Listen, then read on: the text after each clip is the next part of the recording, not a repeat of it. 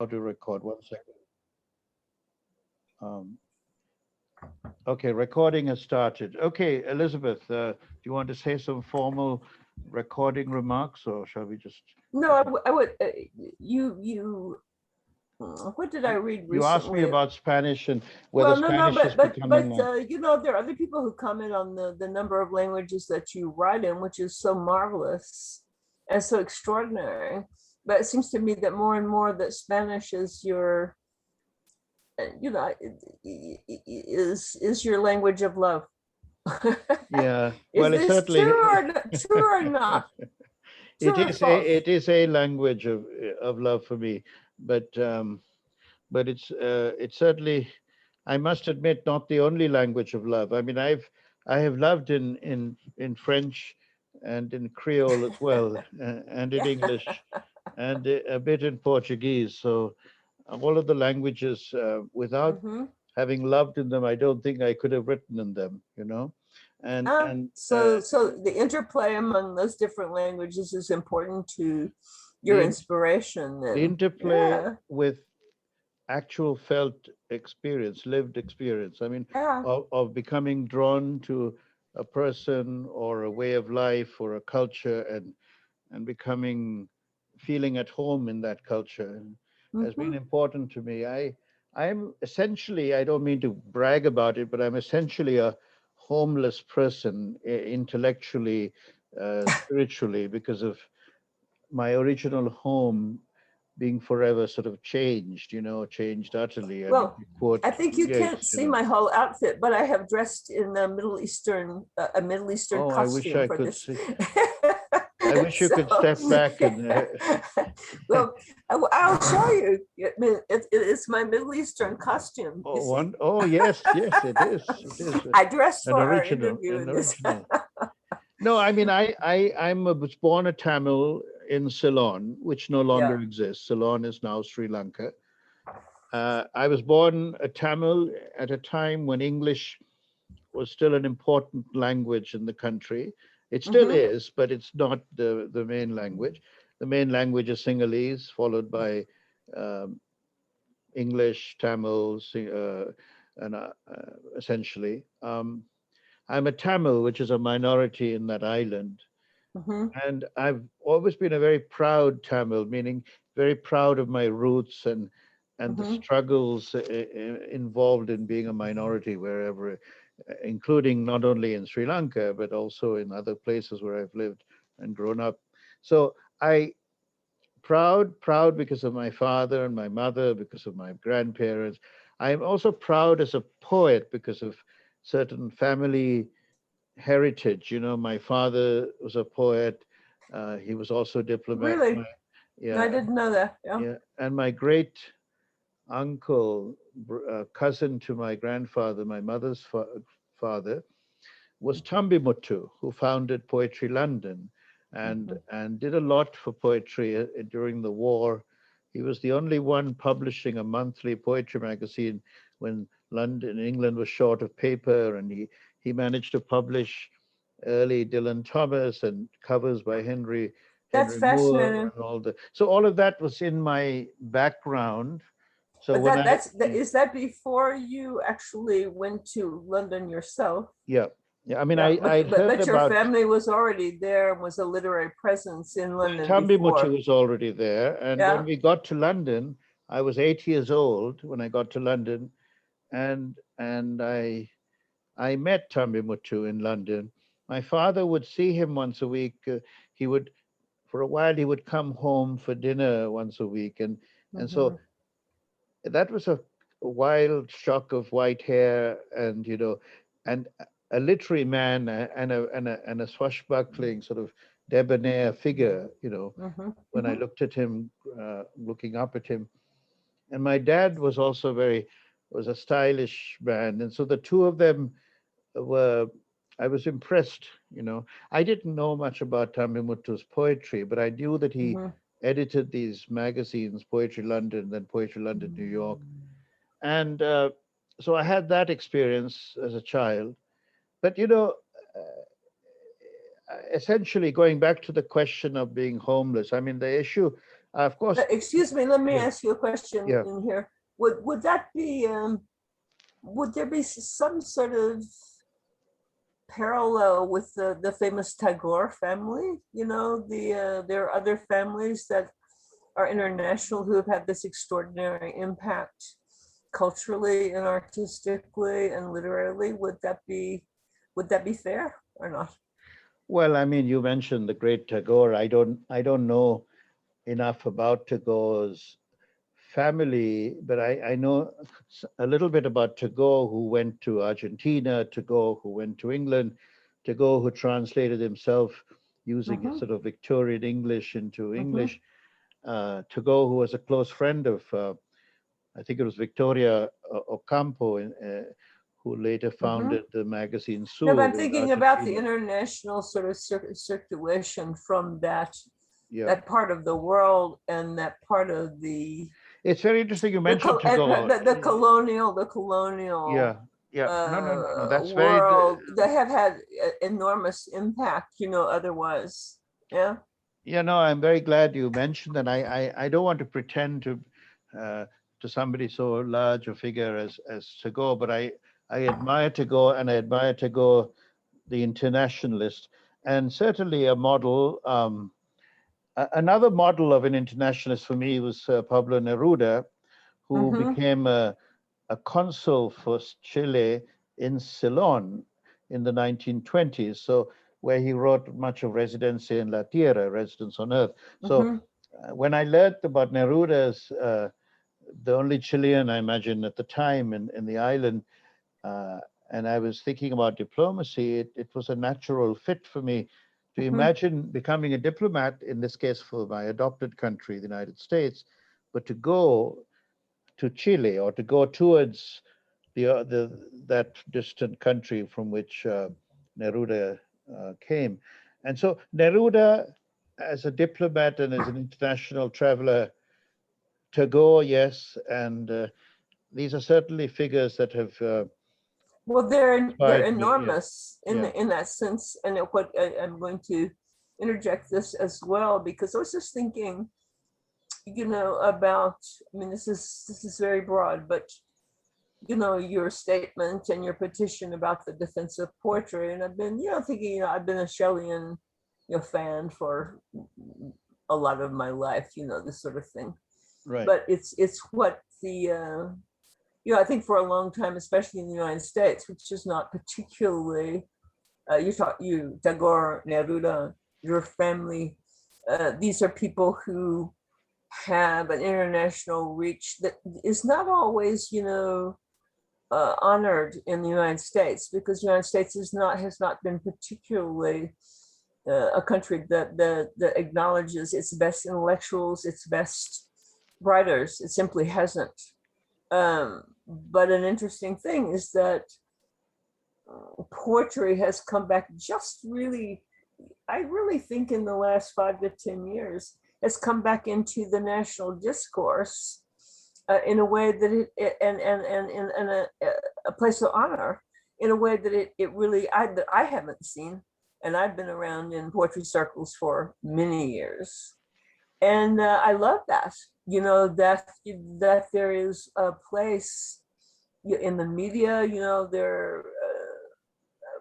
Amanda Gorman is, you know, just one example. You know, of course, there was Maya Angelou before that, you know, at Clinton's inauguration. But, you know, creating a place for and a collective public place for poetry in that way. And I think you're part of that. I think you're part of that new movement, which will make poetry more of an international. And I, you know, because of my association, long-term association with France and French literary circles, where I do think that, you know, whatever else you can say about what happens in France, France is still the country of poetry for me. Right, right. It still acknowledges the importance of that kind of discourse within the larger, you know, sort of cultural discourse. So, I mean, I think it's very interesting that you are uh, very, that you're really moving, into that, that place in the United States and internationally, uh, which is really a new wave. And I don't just mean because of the poetry of political correctness or um, protest. I think that's I think that's another very interesting sort of conversation. When I think of, I was actually just looking over my, my notes on the defense of poetry today, and of course, Shelley and his group, they were such an elite group. They were so young. Everything that they said was, was so imaginative and so brave, and at the time that it's such a different, time, and they were very elite in their own way. Yeah, But yeah, the whole idea of poetry being, and I love what, because even in terms of my own interest and background in poetry, poetry is also a discourse of the imagination, of the visionary. It's not just about the here and now. It's always about something that is that one can see in a very long, scope of history and culture. And that's what also Shelley tries to talk about, what he talks about.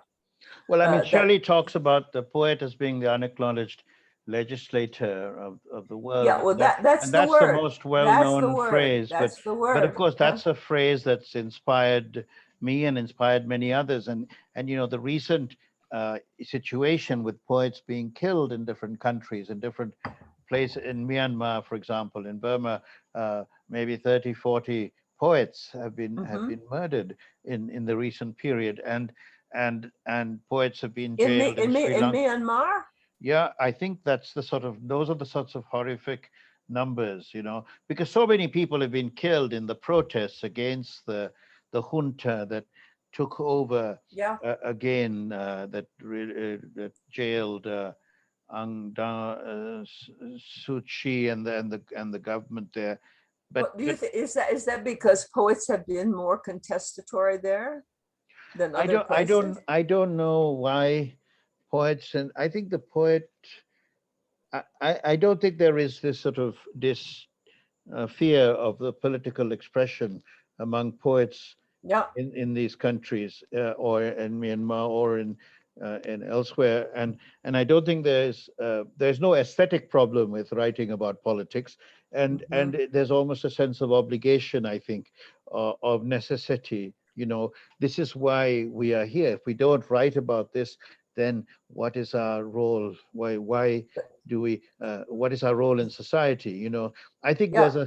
there's that inspiring. I know that when I write about politics, for example, I don't worry about the question of whether I am writing something that is going to doesn't have a shelf Put life you in something, danger. Yeah. or Yeah. put me in danger. Now, look, Yeah. I am quick to say that I have avoided danger. I've written a lot about uncivil war. I have a book called Uncivil War, which is a Yeah. history of the what I would call, the uncivil war of Sri Lanka. But I Which I have personally not have not. read, and I would actually like to read that because I'm very interested in the subject matter, as you know. Yeah. Yeah, I will get I it would to you. like But to see that. But just to kind of yeah, globalize the question and the problem, um, in all times and places in the modern past, let's just put it in the modern past, intellectuals, uh, cultural figures, in different times and places have been particularly targeted precisely because of their independence, their independent point of view, and their fearlessness. well, I mean, they're not afraid. They Is feel that obliged to say what the they forces of feel. oppression knew that they were those who should be taken down, because they knew that they were the first people Yeah. who would actually confront them. But what you're suggesting is that that's absolutely instinctive to the poet, It's to be instinct. contestatory in that way. It's instinctive to some poets. I mean, obviously, it's not instinctive to all poets, because I run across poets and editors too who instinctively recoil at that kind of instinctive uh, um, reaction to terror. I wrote a blog which I occasionally update, where I say something like, you write the poem in the face of the tyrant, or you Yep. literally Mm-hmm. you have that image of the scrawling into the skin and into the bone Mm-hmm. the truth of the tyrant. The tyrant is the bogeyman. It's the devil. Mm-hmm. Is evil. It's the negative, and you have to It's the write him destroyer. the destroyer, and but you have to write back with some force. I mean, you can't. This is a kind of engaged nonviolence. This is uh, Yeah, satyagraha. I This like is, that. yeah, That engaged nonviolence is, I think yeah. that's very good. Yeah, Well, I mean, but the and it's always an example and a watershed for me is that when the Nazis occupied France, one of the Propagandastaffel controlled everything. The one of the first things, of course, that they did was to get all editors. A lot of people don't really realize this. Uh, all editors were required to sign agreements that they would get rid of all Jewish editors, all Jewish employees, or otherwise they couldn't function. this is in They, France. In they France, were, yeah. oh yes, absolutely. That's one of the first things that they did at the beginning of the occupation. So it was a huge divider. Those who went underground at that point, those who collaborated and those who did not, those who stayed on as editors, those who continued to publish, and those who did not. It was a huge moment and divider about what would later happen in the literary world. And Yeah. I also think that France is I'm sure that you will tell me about others, but I think it's one of the most marvelous examples. I am talking about the Lettres Françaises Clandestines. This is part of, a passion and research of mine for 20, 30 years. But um, it was just an enormous divide who would collaborate and in that way, and literary people, cultural people. And it's because, you know, you're talking about a place where culture was understood as important to human life. It was honored as part of the most important and precious things that we have in life. In Aragon, Eloire, obviously, but others, who Camus would be the other one, who went to immediately. They had no hesitation. They never wavered. They immediately went underground. They contributed to the Lettres Françaises Clandestines.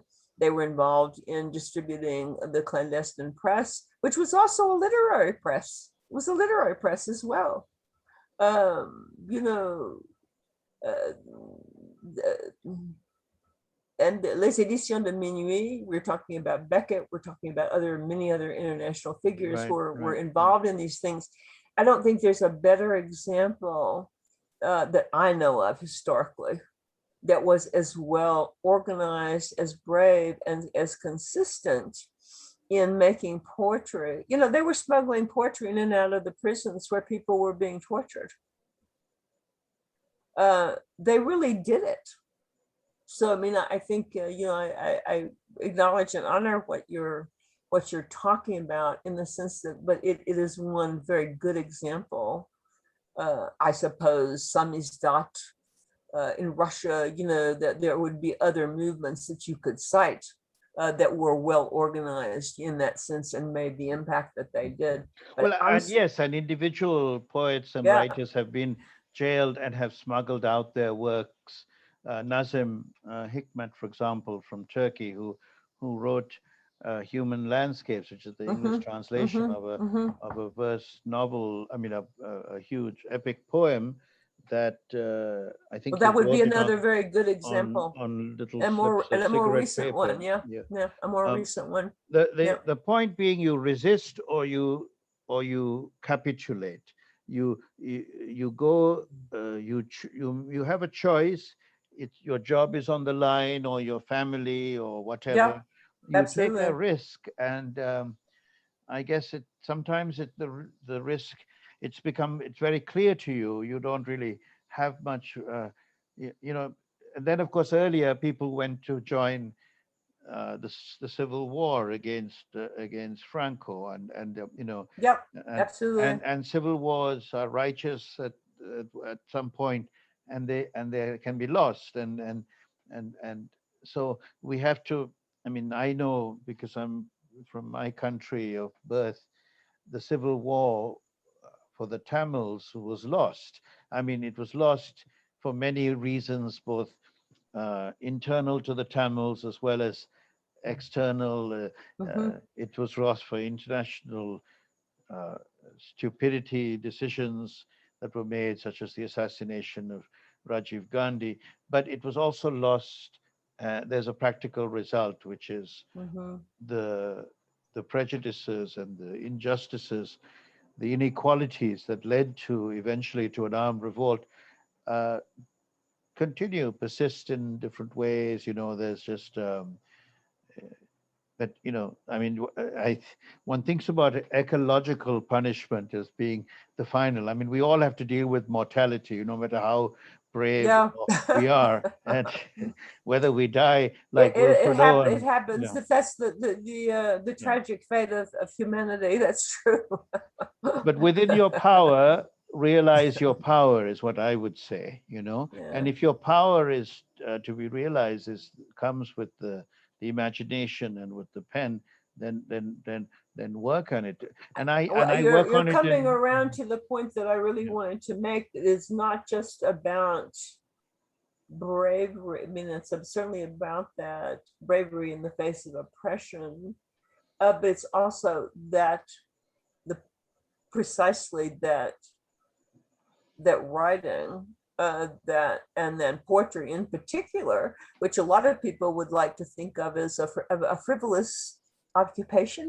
Well, yeah, That's why I do cite the projects that during the French occupation, because it was a force, truly a force of resistance, and when you could be decapitated for distributing yeah. Well, look, those I take some yeah. pride in forcing poetry down the throats of newspapers, for example. I mean, I write a column every week in French and one in Spanish in Yeah. newspapers. They're digital newspapers Hmm. nowadays. But it means a lot to me that I've been able, or for whatever luck or good reason, editors have chosen to take this unusual beast on, which is a poem, as a column, in a place where normally you would be writing about politics or economics or society or culture, whatever, in No, but prose. you read my I mind, write and this about is it in poem. I think you're a very odd figure. Very what, sorry? Odd. I Odd. think you're an odd figure. Well, the oddness I want to become more generalized. I'm trying to look. I mean, I guess No, but it's you're very yeah. interesting because you are not only a poet and a diplomat, has been your career, but you're also very interesting as a cultural journalist. And I think that it seems to be a vocation, um, Yeah, I've that you learned. that you, yeah, Yeah. that not everybody kind of understand what's that's about, is being a really not just a journalist but a cultural journalist, a journalist of culture, Of is culture really and fast. bringing Yeah, cultures together. My father yeah. was important for that because he taught about the marriage of continents in literature. He looked at Hmm. what happens when cultures meet in a imaginative work of literature, in a poem, in a novel, in a play. And as a teenager, I was very lucky because we got to Honolulu. That was our first American experience geographically. Was Mm-hmm. actually in the state of, in the middle of the Pacific, in on the island of Oahu. Yeah. I landed there as a 14-year-old from London. Imagine the contrast from London, capital of theater and all music, and suddenly in the middle of the Pacific Ocean on a small island, before internet, before, I Did mean, you feel a bit lost a bit? lost and and marooned and didn't know what to do. I didn't realize that I was going to school with a future. Well, and one You is were always one is always a bit lost at the age of 14. right, but let me just finish. I also didn't realize I was going to school at the same time as the future American president, Barack Mm-hmm. Obama.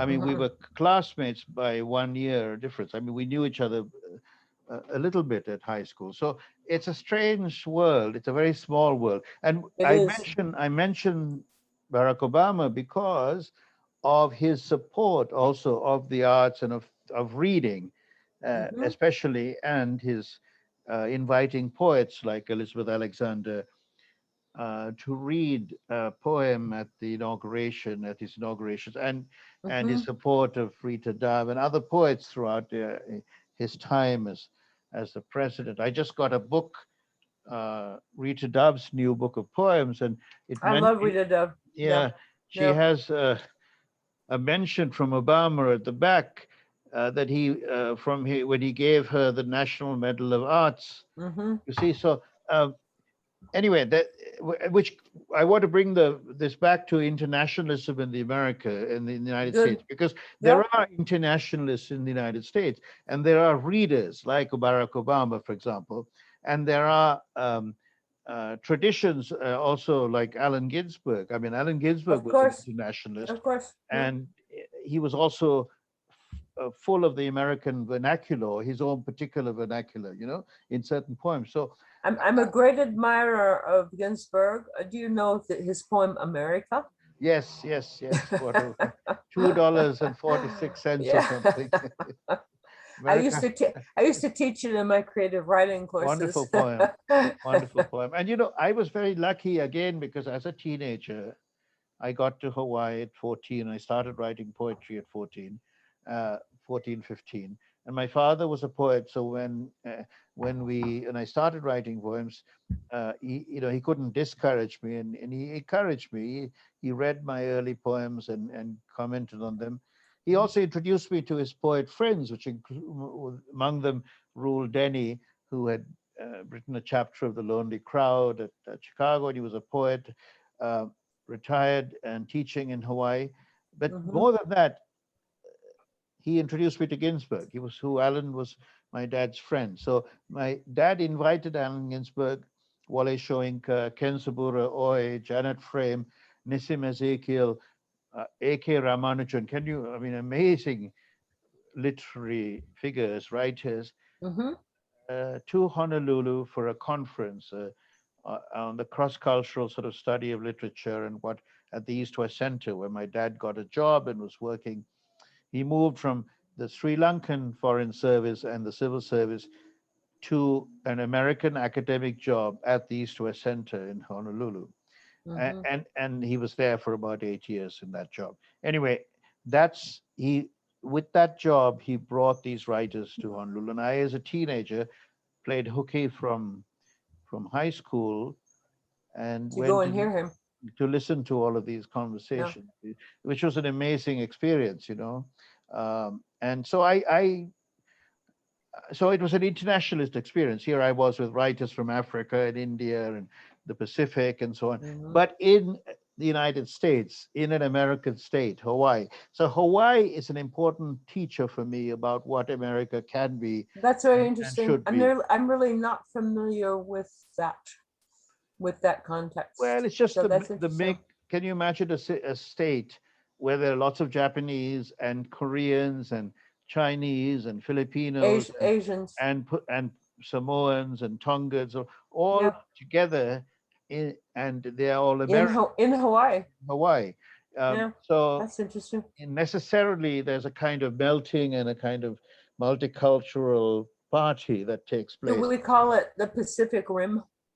The Pacific, a kind of Pacific, in the sense of Pacific as in peacemaking, bond And building also between the cultures, ocean, the Pacific Rim. and the Yeah, Pacific Ocean, right? So yeah. that's an interesting play on the word Pacific and what Yeah. that can represent. And look, I think about that as I think about George Floyd, and I think about all of the killings and murders of black men in America in confrontations with police, and I think about other and the what's called the anti-Asian violence that has exploded in the last Mm. period of this pandemic. I mean, we have, I know, Sonia Sanchez once mentioned to I me. love Sonia Sanchez.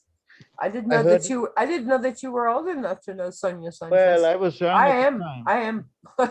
I was young at the time, but I went to her reading and lecture when I was in college at I Haverford think she was College. from Philadelphia, right? That's right. And I was Yeah. at Haverford, which is on the main line outside of Philadelphia. Mm-hmm, And mm-hmm. she was invited by the college and she gave a reading. And I heard it then when I was about 18 or 19. Anyway, she I was said, very much a part of the women's movement in the 70s when I was in okay, Washington. And okay. And you, Sonia Sanchez was one of our real luminaries. She right, was right. very important to us. Yeah. I don't remember it was at that occasion or later on when I heard her more recently, a few years ago in Washington, where she made that point. I think it was more recently when I asked her specifically about the 2016, election, Mm-hmm. that happened in the United States, and she said this line about in America, we always go two steps forward and one step back, or one step Yeah. forward, Well, I two think steps that's back, true. and that's I sort of think she's absolutely right. what she was referring to. But I'm going to. You've inspired another question when you mention George Floyd and what is happening to all of us now, in terms of the country. And because you are so familiar with Caribbean culture, Mm, and of course, I've been involved in a major way that has inspired me greatly with the Haitian, literary community for the right, last two right, years. right. And I'm so glad to tell you that we expect publication in the fall, and Wonderful, but it will wonderful. be from Trilingual Press. Um, it I know, which I think is very appropriate because they are a trilingual. This is Where is Trilingual Press? Sorry. Cambridge, Mass. Okay. Is that Um, associated with? It's an with independent. Tombu, Totongi, Oh right? yes, Tatungi. Yes, No, yes, yes. no, it's the finally it has really come kind of full circle in the sense that that they really do want to publish it and to get it out. So we're still waiting, for other answers, but Okay, okay, understood. I think Understood. this is very appropriate that Trilingual is actually going to do it Going to and do it. going to do Okay. it now with everything that's going on in Haiti. But Right, right. which is a much bigger subject.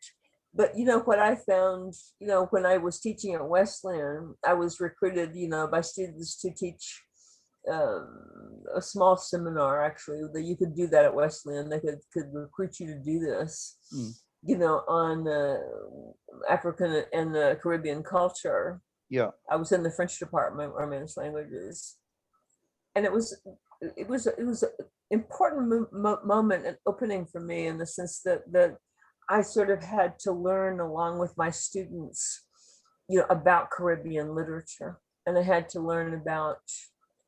I began to study and do research on the history of slavery in the Caribbean. It was just an opening for me. Otherwise, I was, on appointment there, in the French department. But Right. anyway, what I really want to say is that, and I've been working with not only with the different Haitian people and people who are still in Haiti, people who are not in Haiti, who are all in 4 different countries now. But it is not, what astonishes me is that I would compare it to, the Middle East. I would compare it probably to Palestine, to Israel, to all these situations which are incredibly complex, and their history is complex, and the different islands, the different parts of the Caribbean, they all have their particular colonial experience. Do you understand what I'm talking about? Right, right. And that they're not necessarily consistent. It's not any apology. It's just that all of these different communities are different, and their history is different. Their languages are different. The way they see culture is different. And it can't be put under this, sort of big, sort of American umbrella, where everything has a kind of one word answer. Do you understand what I'm talking about? Okay. I do think the specificity of Caribbean cultures, for example, in the United States, the specificity of you've been talking about Hawaii, Asian communities. When do we get around about acknowledging the specificity of their cultures and honoring that? And that it's not all kind of explained. It doesn't go under. I think poetry and literature is also about that. I'm thinking of Derek Walcott. I'm thinking about Seamus Heaney. I'm talking about the poets I admire the most in this world. They are able to talk about and to come from in the inside of their languages, of their culture, without flattening it, to some kind of one kind of level. Do you understand what I'm talking about? Yes, yes. I mean, I do, and I appreciate it, and at the same time, I come from an island, an island called Ceylon, now Sri Lanka.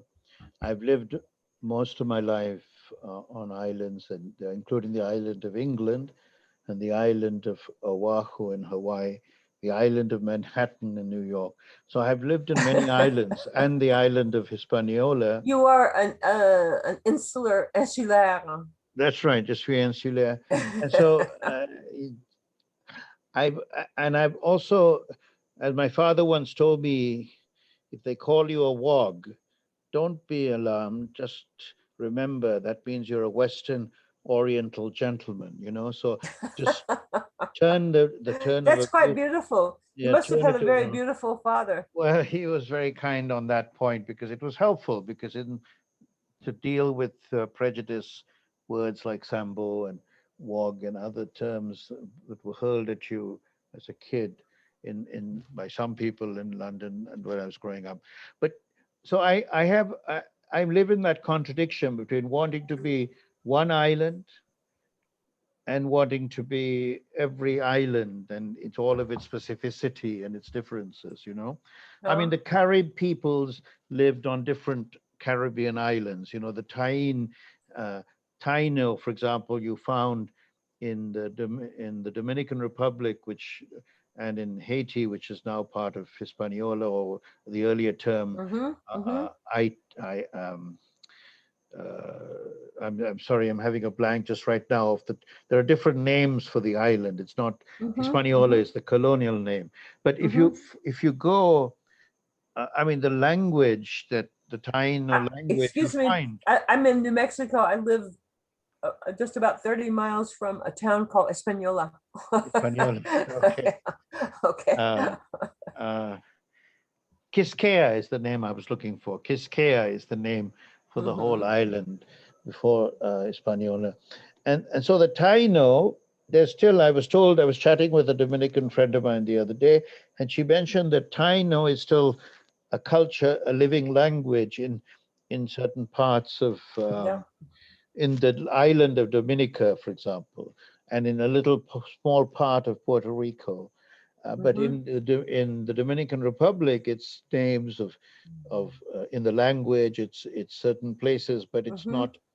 It's no longer a language spoken by the people, no longer a living language. So what I'm saying is that there were differences, obviously, between each place, but there are also similarities.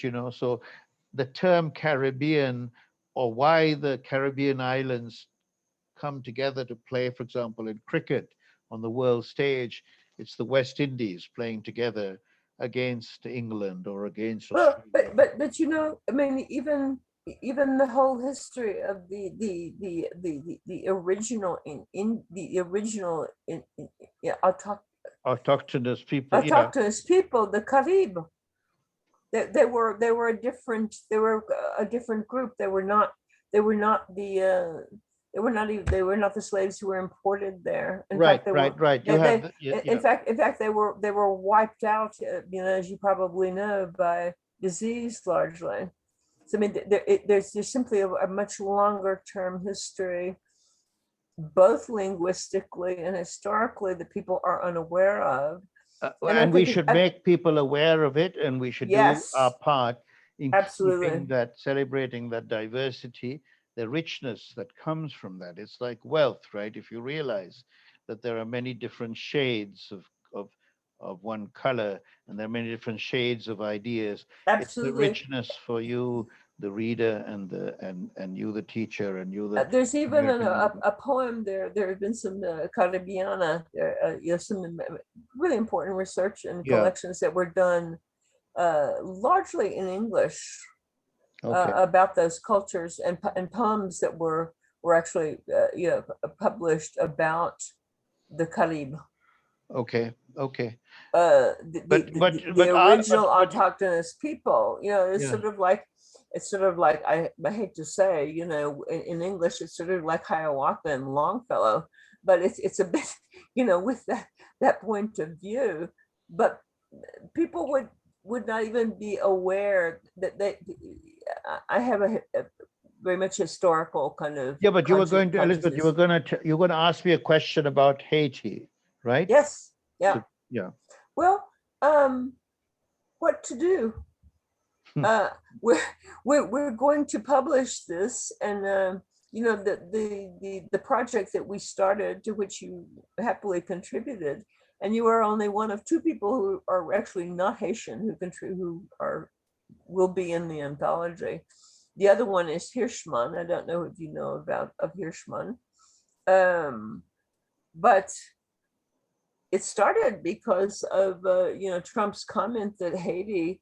I mean, I've been interested, as I said, you know, since my teaching days at Wesleyan in Caribbean literature, but I really hasn't gotten into it to that extent. But when Trump, you know, called Haiti one of the shithole countries, remember? Right, right, sure.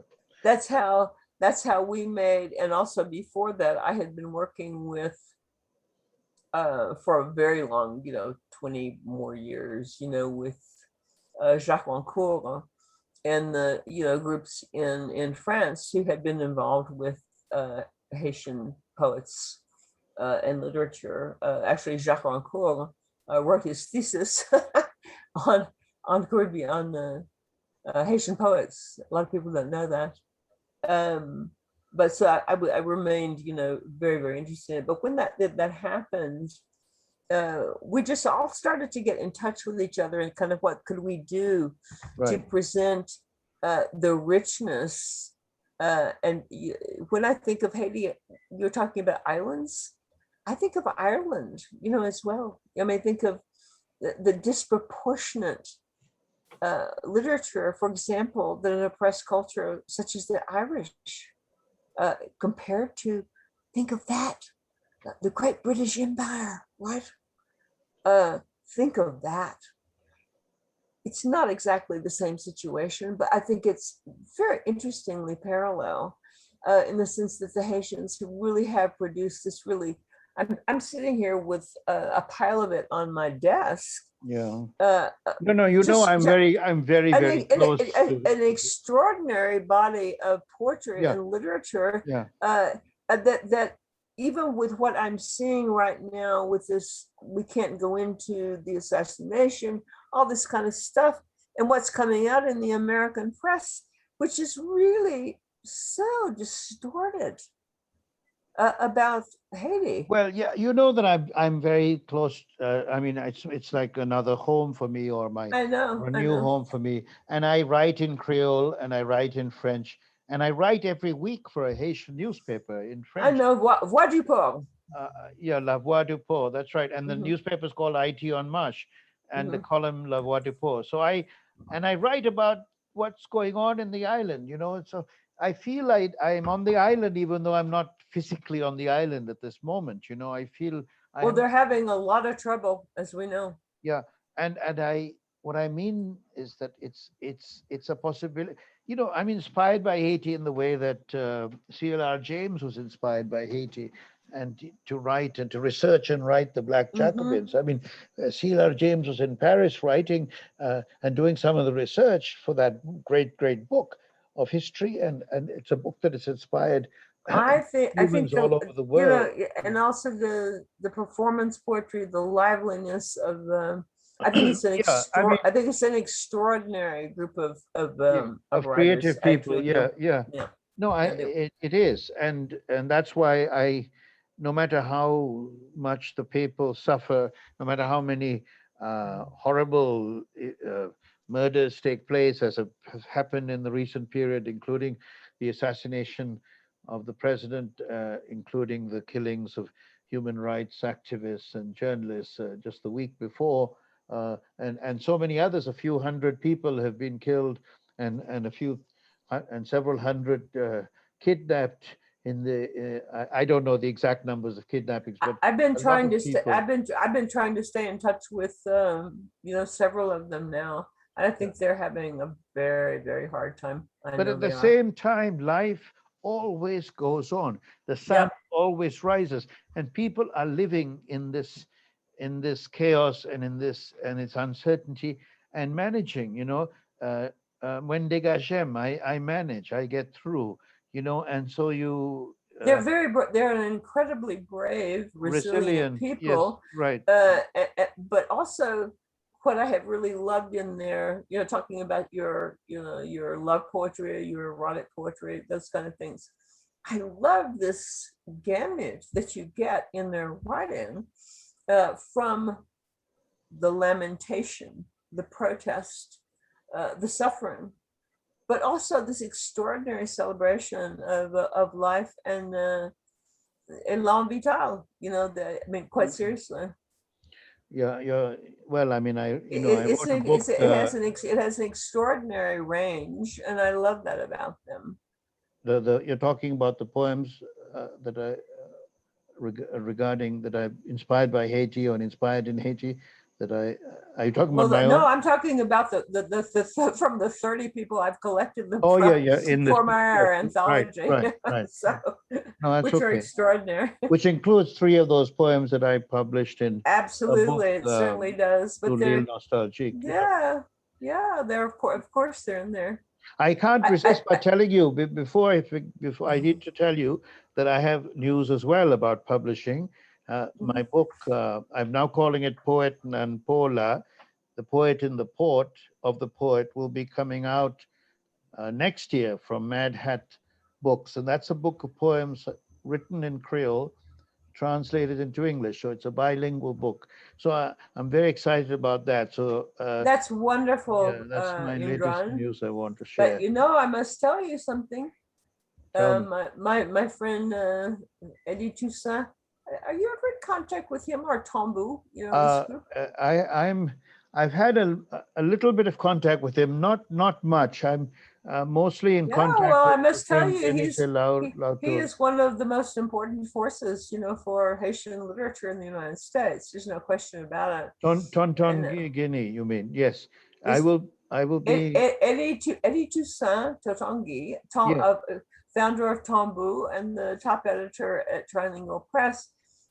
He's kind of like, do you know the Callaloo group? A little bit, yeah.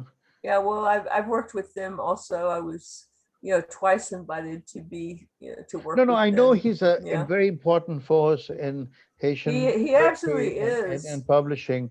Yeah, But I just don't know him. Well, I've never met him. We've had some email contact, and I've heard him read virtually, during this he's pandemic. he's he's he's kind of wonderful. I admire him very much. But um, we what's been nice about the project also is Yeah, but he tells me we're not supposed to say Creole anymore. That's what I tell Haitian. You say Haitian. You should give me you. his phone number.